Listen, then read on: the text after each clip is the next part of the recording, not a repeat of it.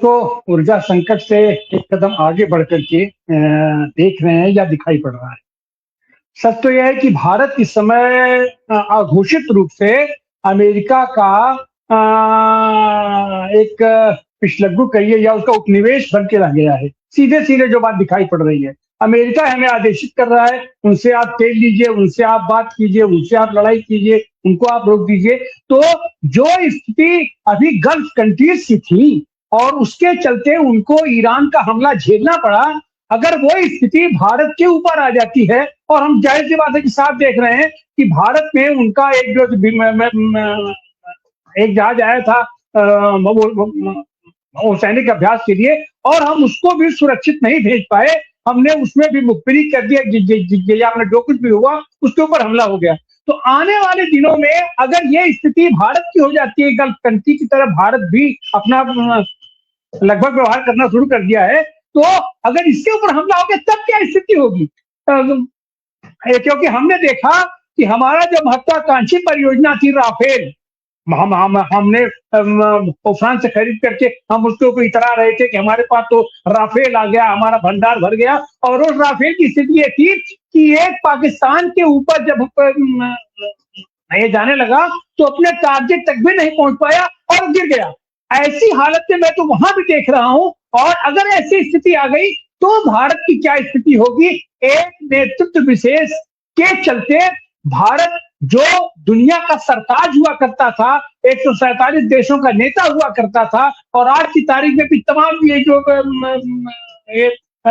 हमारे अगल बगल के छोटे देश उनको वो हमारे ऊपर आश्रित रहते हैं। अपना भूटान है, सिक्किम है, ये सबको तो ऊर्जा सप्लाई हमें जाती है। और जब हमारे ऊपर ये संकट है, बनारस की स्थिति ये है कि कल से मैं गैस बुकिंग करने की कोशिश कर रहा हूं लेकिन बार-बार रिजेक्ट कर रहा है। अभी पता चला कि वो एकदम से बुकिंग बंद हो गई है।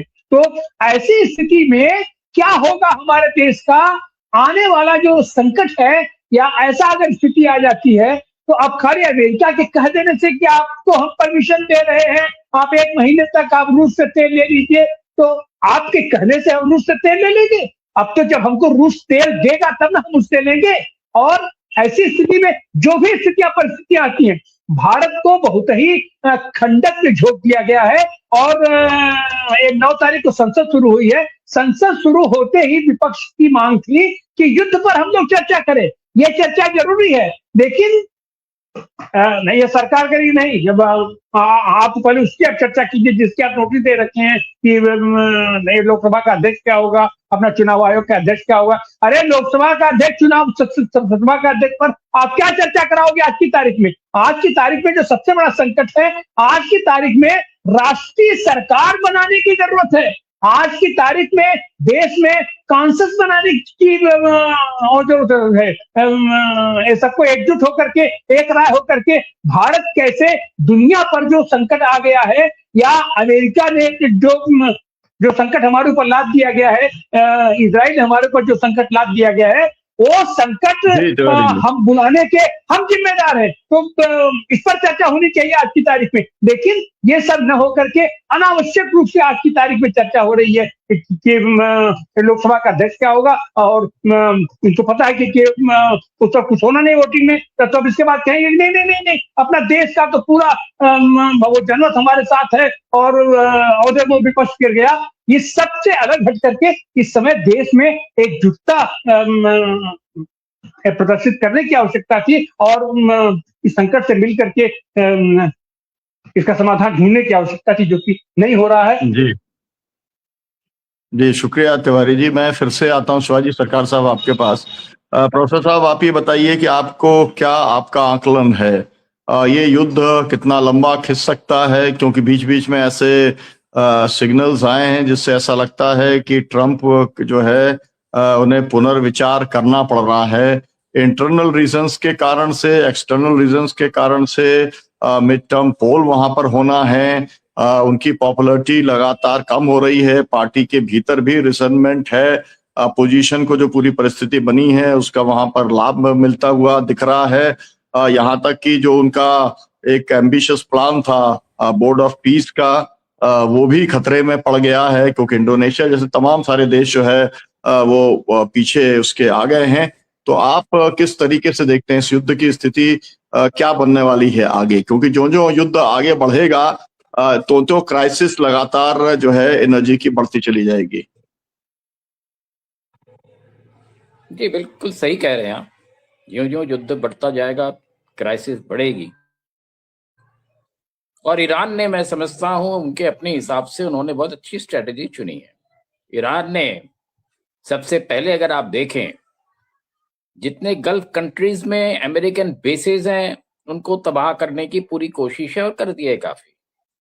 अमेरिकी बेड़े जो हैं वो पीछे हटते चले जा रहे हैं, ये भी सही है। और इन सारी सिचुएशंस में अगर हम सोचें कि अमेरिका के साथ एक प्रॉब्लम हो गया है, उसकी नाक की बात हो गई है, इसलिए वो इस वक्त जो है अचानक युद्ध विराम वगैरह की बात वो करना नहीं चाहता है। पर अमेरिका ने, इजराइल ने जिस तरह से तेहरान के पेट्रोल जो टैंकर्स हैं, पेट्रोल जो रिजर्व्स हैं, वहां जिस तरह से अटैक किया है, अमेरिका उसके खिलाफ इजराइल से बोला है। यानी कि वहां भी परेशानियां हैं और इजराइल जिस तरह से कर रहा है, लग रहा है कि अमेरिका खुद उससे परेशान है, पर वो जो भी वजह हो उससे निकल नहीं पा रहा है। आप पूछ रहे कितने दिन युद्ध चलेगा? मैं कल मेरे ईरानियन एम्बेसी के कुछ लोगों से बातें हो रही थी। उन्होंने कहा कि देखिए, हमने लड़ाई तो किया नहीं है, शुरू भी नहीं किया है, और हमें खुद नहीं मालूम है कितने दिन लड़ाई चलेगा, पर जब तक चलेगा हम लड़ते रहेंगे। तो ये बेसिकली ईरान का स्टैंड है। और हमारा जो स्टैंड होना चाहिए था, हमें जो कहना चाहिए था, हमने खुद अपने ऊपर एक आफत मोल ली है। इजराइल के साथ हम 2 दिन पहले लड़ाई के वहां जाते हैं और उसके बाद इजराइल लड़ाई का ऐलान कर देता है। इजराइल जो कुछ कर रहा है और अमानवीय भी जो चीजें कर रहा है, उसको तो किसी भी देश को उसकी मुखालफत करनी चाहिए, उसको क्रिटिसाइज करना चाहिए, उसका कंडेम करना चाहिए। हमने नहीं किया। ईरान के साथ हमारे जैसे भी रिश्ते रहे हों, सामान्य रूप से अच्छे रिश्ते रहे, पर कुछ मौके ऐसे भी आए हैं जब ईरान को हमारे साथ खड़ा होना था, वो नहीं हुआ, जैसे 71 के वॉर में ये भी हुआ है। पर उसके बावजूद किसी भी मुल्क का या कि अपने घर का या दूसरे के पड़ोसी के घर का कोई अगर मार जाता है या मारा जाता है, तो हम दुख तो प्रकट कर सकते हैं। हमने तो ऑफिशियली वो भी नहीं किया, सिर्फ हमने फॉरेन मिनिस्टर को भेजा कि वहां जाके कंडोलेंस रजिस्टर साइन कराओ। और कंडोलेंस रजिस्टर साइन करने वाले हिंदुस्तान के कम से कम लाख लोग जाके वहां कंडोलेंस रजिस्टर साइन कर चुके हैं।